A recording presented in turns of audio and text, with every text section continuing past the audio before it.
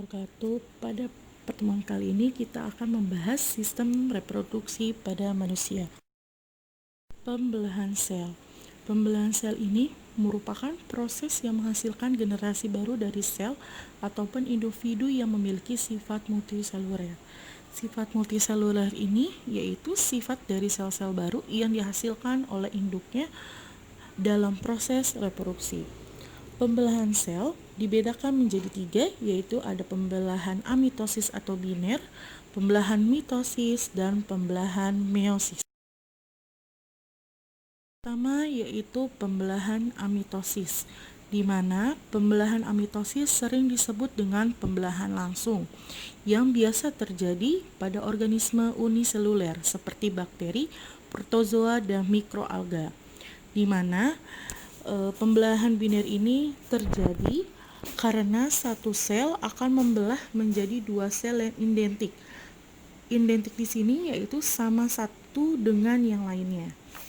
Berikut ini ialah proses pembelahan amitosis, di mana pembelahan biner ini biasanya terjadi di dalam bakteri, di mana DNA bakteri terdapat pada daerah yang disebut dengan nukleus. DNA ini biasanya reaktif lebih kecil dibandingkan dengan DNA pada sel eukariotik. Dan DNA pada bakteri ini berbentuk tunggal, panjang, dan sirkuler sehingga tidak perlu dikemas menjadi kromosom sebelum pembelahan. Tidak hanya terjadi pada bakteri saja pembelahan biner. Pembelahan biner juga terjadi pada euglena. Euglena ini biasanya berkembang biak secara aseksual dengan pembelahan biner membujur, di mana pada mulanya membentuk poros bujur. Lalu kemudian selnya memiliki 2 bulu cambuk dan klorofas yang berbentuk piala serta mengandung pirenoid. Dan sebelum membelah pirenoid ini melebar, melintang, dan kedua bulu cambuknya saling berjauhan. Kemudian klopas ini mengadakan lekukan dan selnya ini akan membelah menjadi 2 individu baru yang masing-masing satu bulu cambuk disertai dengan pembentukan stigma. Kedua yaitu pembelahan mitosis. Pembelahan mitosis yaitu pembelahan sel yang menghasilkan 2 sel anakan, di mana dia memiliki karakter secara genetik dan mempunyai susunan genetik yang sama dengan jumlah yang sama dengan induknya. Tidak hanya mempunyai susunan dan jumlah yang sama, kromosomnya juga pun sama jumlahnya dengan induknya. Biasanya kromosom pada pembelahan mitosis ini sering disebut dengan diploid atau sel-sel kromosom yang saling berpasangan dengan biasa ditandai dengan 2N. Berikut ialah proses pembelahan mitosis. Pada pembelahan mitosis ini terjadi 3 tahapan. Ada tahapan profase, metafase, dan anafase. Kita lihat di sini gambar pada tahap profase, di mana membran inti ini mulai rusak menjadi bagian kecil yang disebut dengan fragmen, di mana gelendong ini mulai membelah dan terbentuk benang-benang kromatin yang memadat dan menjadi sebuah kromosom. Selanjutnya, kromosom ini akan mulai bergerak ke tengah atau ekuator dari selnya. Selanjutnya yaitu pada tahap metafase, di mana benang-benang gelendong ini pada fase mulai terlihat jelas dan kromosom berjejer pada bidang ekuator, di mana beberapa benang gelendong ini dapat mencapai kutub tanpa melekat pada sentromer. Sentromer ini membelah dan masing-masing kromatid menjadi kromosom tunggal. Yang ketiga yaitu pada tahap anafase. Kalian bisa lihat di situ kromosom yang awalnya saling berikatan mulai memisah dan menjadi 2 bagian yang sama dengan menuju ke arah kutub yang saling berlawanan. Dan tiap ujung selnya memiliki jumlah kromosom yang sama dan juga lengkap. Selanjutnya yaitu tahap terakhir yaitu tahap telofase, di mana tahap ini posisi kromosom sudah berada pada kutub masing-masing, sehingga membentuk nukleus atau anak intinya itu mulai terlihat. Dan kromatidnya ini mulai hilang dan sitoplasma mulai menebal dan membran sel mulai memisah menjadi 2 sel anakan. dan juga menghasilkan nukleus dan memiliki kesamaan yang identik dengan induknya. Itu pembelahan meiosis, di mana pembelahan sel ini dapat menghasilkan 4 sel anakan yang masing-masing sel anakan ini memiliki separuh dari jumlah kromosom sel induknya. Jumlah kromosom yang dimiliki sel anakan ini bersifat N atau sering disebut dengan haploid. Dan pembelahan meiosis sering disebut sebagai pembelahan reduksi. Dalam proses pembelahan meiosis ini terjadi 2 fase. Ada yang terdiri dari meiosis 1 dan meiosis 2. Berikut ini adalah gambaran pada proses pembelahan meiosis, di mana pada meiosis 1 yaitu profase 1 ini, pada fase ini terjadinya kerusakan pada membran inti sehingga bagian-bagian kecil fragmen akan membelah dan terbentuknya gelendong. Dan kemudian benang-benang kromatid ini mulai memadat dan menjadi kromosom. Dan kromosom ini selanjutnya akan saling berpasangan. Pada profase 1 juga ini terjadilah peristiwa pindah silang atau crossing over pada kromosom. Dan peristiwa ini mengakibatkan sel gamet yang berbentuk sama sekali tidak identik dengan susunan kromosom sel induknya. Yang kedua yaitu metafase 1, di mana kromosomnya ini saling berjejer pada bidang ekuator. Bidang ekuator ini ialah benang-benang spindel yang melekat pada setiap sentromel kromosom. Dan juga ujung benang spindelnya ini mulai membentang melekat di kedua kutub pembelahan yang saling berlawanan. Yang ketiga yaitu pada anafase 1, di mana kromosom homolog ini ditarik oleh benang spindel menuju ke arah yang berlawanan. Dan di tahap telofase 1, di mana kromosomnya ini akan mencapai kutub pembelahan, lalu membran inti akan terbentuk kembali sehingga menghasil 2 sel anakan yang bersifat haploid. Selanjutnya pada tahap meiosis kedua ini, di mana di profase kedua ini bagian-bagian kecil atau fragmennya ini mulai rusak dan terbentuknya gelendong dan kemudian membelah menjadi kromatid dan menuju ke bidang pembelahan. Di metafase 2 ini, di mana kromosomnya ini mulai berjejer pada bidang pembelahan. Dan di anafase kedua ini, kromatid terpisah dan juga dapat menuju ke kutub yang saling berlawanan. Yang terakhir yaitu di tahap telofase ini, nukleus ini mulai terbentuk kembali sehingga menghasilkan sel anakan, 4 sel anakan yang bersifat haploid. Itu ialah gambaran dari pembelahan meiosis 1 dan meiosis kedua. Dan fungsi sistem reproduksi pada manusia. Yang pertama yaitu organ reproduksi pada laki-laki. Alat reproduksi pada pria itu terdiri dari sepasang testis, saluran sperma, dan penis. Berikut ialah gambar dari alat reproduksi pada laki-laki. Kalian bisa baca fungsinya yang sudah jelas dijelaskan di dalam LKS. Dan di dalam reproduksi pada pria ini terdapat 3 kelenjar reproduksi, di mana kelenjar reproduksi ini berfungsi untuk memproduksi getah atau cairan yang nantinya bercampur dengan sel sperma menjadi cairan mani atau semen. Nah, kelenjarnya itu apa aja sih? Terdiri dari vesicula seminalis, kelenjar prostat, dan kelenjar Kuiper, di mana vesicula seminalis ini jumlahnya ini ada sepasang dan juga merupakan kelenjar yang berlekuk-lekuk dan dindingnya dapat mengekskresikan cairan kental berwarna kekuning-kuningan dan juga bersifat basah yang menyumbangkan sekitar 60% total volume semen, yang banyak mengandung enzim, vitamin, dan juga hormon prostaglandin. Yang kedua yaitu kelenjar prostat, di mana terdapat 1 buah kelenjar prostat terletak di bawah kantung kemih yang dapat mengekskresikan getahnya secara langsung ke dalam uretra berupa cairan encer berwarna putih seperti susu yang banyak mengandung enzim antikolagen dan asam sitrat.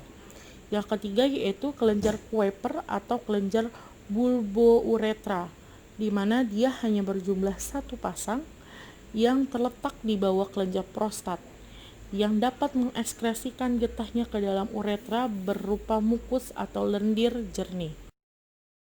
Yaitu spermatogenesis. Spermatogenesis yaitu proses pembentukan sel sperma yang terjadi di dalam testis pria. Spermatogenesis ini berasal dari kata spermato artinya benih, genesis yang artinya pembelahan, di mana sel sperma ini diproduksi di dalam tubulus seminiferus. Kenapa diproduksinya itu di dalam tubulus seminiferus? Karena di dinding tubulus ini banyak sekali sel-sel yang tersebar secara acak yang disebut dengan sertoli. Sertoli ini yang berfungsi untuk memberikan makanan untuk sel sperma yang belum matang. Tetapi ketika sel sperma itu matang, barulah dapat memperbanyak diri dengan cara mitosis dan juga meiosis.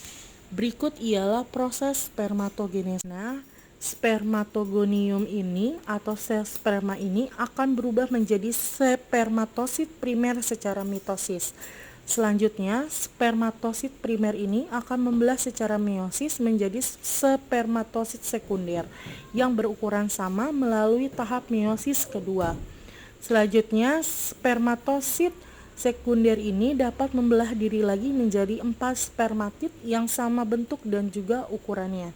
Spermatid ini kemudian merupakan tahap terakhir dari proses spermatogenesis, di mana pada tahap ini barulah berubah menjadi sel sperma yang matang atau spermatozoa. Dan berikut ini ialah gambar sel sperma. Sel sperma ini berukuran sangat kecil.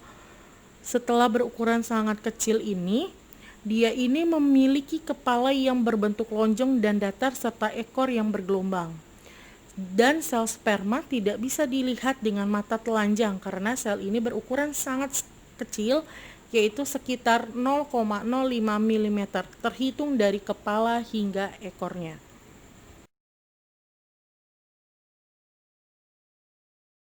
Yaitu organ reproduksi pada perempuan, di mana di dalam organ reproduksi pada perempuan ini terdapat 2 reproduksi, yaitu reproduksi eksternal dan juga reproduksi internal, di mana reproduksi eksternal ini sering disebut juga dengan vulva yang meliputi mons veneris atau mons pubis, labium majora, labium minora, dan clitoris. Dan juga organ internal meliputi ovarium, tubal fallopi, uterus, dan vagina. Dan berikut ialah gambar dari alat reproduksi pada perempuan. Dan untuk fungsinya itu kalian dari masing-masing alat reproduksi pada perempuan ini bisa kalian baca di dalam LKS, itu sudah jelas. Yaitu oogenesis. Oogenesis ini yaitu proses pembentukan sel telur betina. Proses ini terjadi karena terbentuknya sel telur yang terjadi di dalam ovarium. Berikut ini ialah proses oogenesis.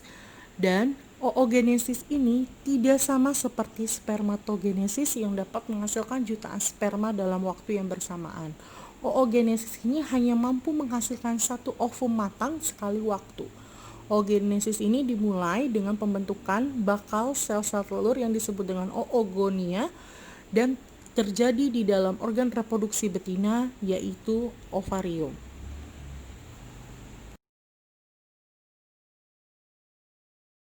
Yang kelima yaitu siklus menstruasi. Menstruasi atau haid yaitu pendarahan yang terjadi akibat luruhnya dinding sebelah dalam rahim atau endometrium. Biasanya siklus pada menstruasi wanita ini berbeda-beda, namun rata-rata berkisar 28 hari. Hari pertama menstruasi dinyatakan sebagai hari pertama siklus menstruasi. Siklus ini terdiri atas 4 fase, yaitu ada fase menstruasi, fase praovulasi, fase ovulasi, dan fase pasca ovulasi. Kita bisa lihat di sini bahwa fase menstruasi ini terjadi ketika ovum ini tidak dibuahi oleh sperma, sehingga korpus leptumnya ini menghentikan produksi hormon, estrogen, dan progesteron.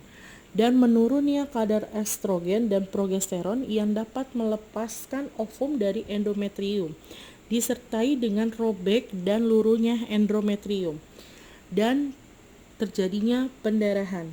Fase ini berlangsung kurang lebih 5 hari. Biasanya, darah yang keluar selama menstruasi sekitar antara 50 sampai 150 ml. Yang kedua yaitu fase praovulasi atau fase proliferasi. Biasanya terdapat hormon pembebas gonadotropin yang dapat mengekskresikan hipotalamus yang dapat memicu hipofise untuk mengekskresikan FSH. FSH ini apa sih? FSH ini yang dapat memicu pematakan folikel dan dapat merangsang folikel untuk memproduksi hormon estrogen. Estrogen ini dapat menyebabkan pembentukan kembali proliferasi dinding endometrium, di mana terdapat peningkatan kadar estrogen yang dapat menyebabkan serviks atau leher rahim ini mengekskresikan lendir yang bersifat basah. Lendir ini berfungsi untuk menetralkan suasana asam pada vagina sehingga mendukung kehidupan sperma. Selanjutnya pada fase ovulasi, di mana pada fase ini siklus menstruasi seorang perempuan terjadi 28 hari. Makanya pada hari ke-14 peningkatan kadar estrogen ini dapat menghambat sekresi FSH dan hipofise mengekskresi LH, dan dapat juga meningkatkan kadar LH yang dapat merangsang pelepasan oosit sekunder dari folikel sehingga terjadinya lah fase ovulasi. Yang terakhir itu fase pasca ovulasi, di mana setelah kita mengalami masa menstruasi atau masa ovulasi itu selama 14 hari sebelum menstruasi berikutnya, biasanya dia ini akan folikel ini akan matang dan dapat melepaskan oosit primer dan juga dapat berkerut, sehingga hormon estrogennya ini tidak sebanyak ketika berbentuk folikel, dan kadar progesteron dan estrogen ini menjadi rendah, dan keadaan ini menyebabkan terjadinya menstruasi.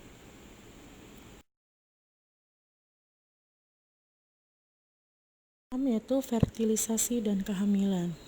Fertilisasi ini ialah proses pembuahan, atau dengan kata lain ini itu peleburan sel sperma menjadi sel telur. Proses ini kelak akan membentuk zigot dan menjadi embrio sebagai cikal bakal janin. Dan biasanya embrionya ini akan berkembang dalam kandungan sekitar 37 minggu. Dan juga perkembangan embrio ini dapat berkembang dalam 3 periode, yaitu ada trimester pertama, trimester kedua, dan trimester ketiga.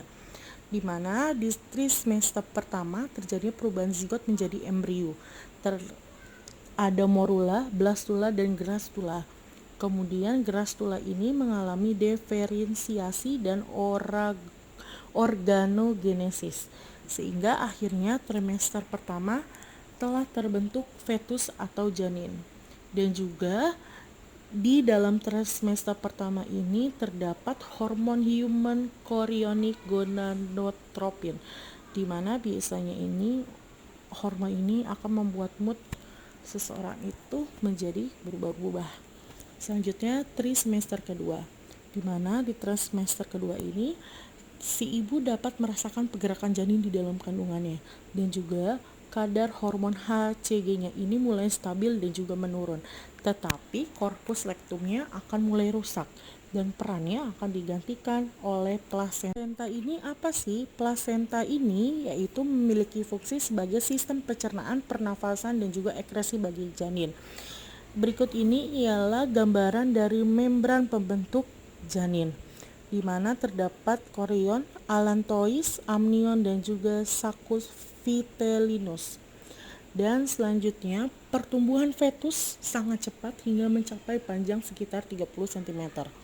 Yang ketiga yaitu trimester ketiga, di mana pertumbuhan fetus sangat cepat dan dapat mencapai kurang lebih 50 cm dan juga beratnya sekitar 3 kg. Berikut ialah gambar perkembangan janin dari embrio menjadi bayi dari usia 12 minggu sampai 40 minggu.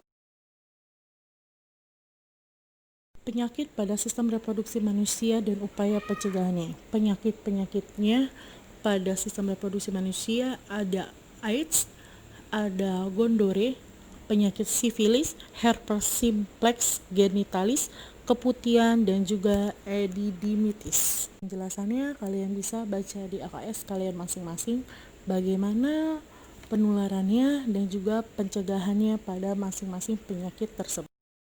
Yang penjelasan yang dapat saya sampaikan pada pertemuan pada pagi hari ini. Kemudian untuk pertemuan kali ini kalian mendapatkan tugas. Tugas yang pertama yaitu kerjakan LKS halaman 14 sampai 15, lalu jawab di LKS di sebelah kanan, jangan lupa ditulis nama dan kelas. Kemudian jawaban kalian foto dan kirimkan melalui WhatsApp ke nomor saya. Yang kedua, saya ingin kalian membuat kesimpulan mengenai materi yang telah saya sampaikan dan ditulis di buku catatan. Kemudian foto kesimpulan kalian dan kirim melalui WhatsApp ke nomor saya. Wassalamualaikum warahmatullahi wabarakatuh.